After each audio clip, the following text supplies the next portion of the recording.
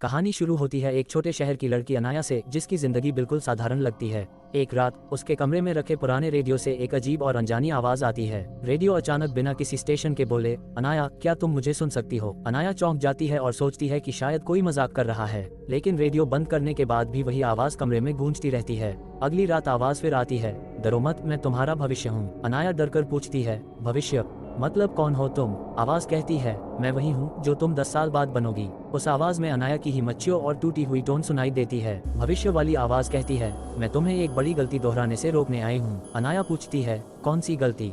और कुछ सेकंड कमरे में सन्नाटा रहता है। आवाज धीमे से कहती है, कल जिस रास्ते पर तुम जाओगी वो एक त्रासदी बन जाएगा।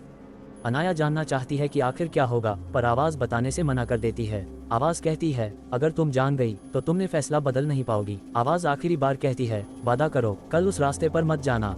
अनाया पूरी रात सोचती रहती है कि क्या उसे उस चेतावनी पर विश्वास करना चाहिए। सुबह वह जिस रास्ते पर जाने वाली थी वही उसके एग्जाम सेंटर का रास्ता था। वो उलझन में है, क्या एक अनजानी आवाज पर अपनी पढ़ाई दांव पर लगाना सही है? आखिरकार वह फैसला करती है और उसी मना किए गए रास्ते पर चल पड़ती है। जैसे ही वह पहुंचती है, वहाँ पुलिस की टेप, भीड़ और अफरा तफरी दिखाई देती है। एक आदमी चिल्लाता है, अभी अभी बड़ा हादसा हुआ है, कई छात्र घायल हैं। अनाया के हाथ कांप जाते हैं। उसे एहसास होता है कि चेतावनी सही थी। अगर वह कुछ मिनट पहले आती तो शायद वह भी हादसे में होती। उसी रात रेडियो फिर बजता है। इस बार आवाज शांत और सुकून भरी होती है। भविष्य की अनाया कहती है, धन्यवाद, तुमने मुझ पर विश्वास किया। आवाज कहती है, आज तुमने जो रास्ता चुना उसने मेरा दर्द भरा भविष्य मिटा दिया है।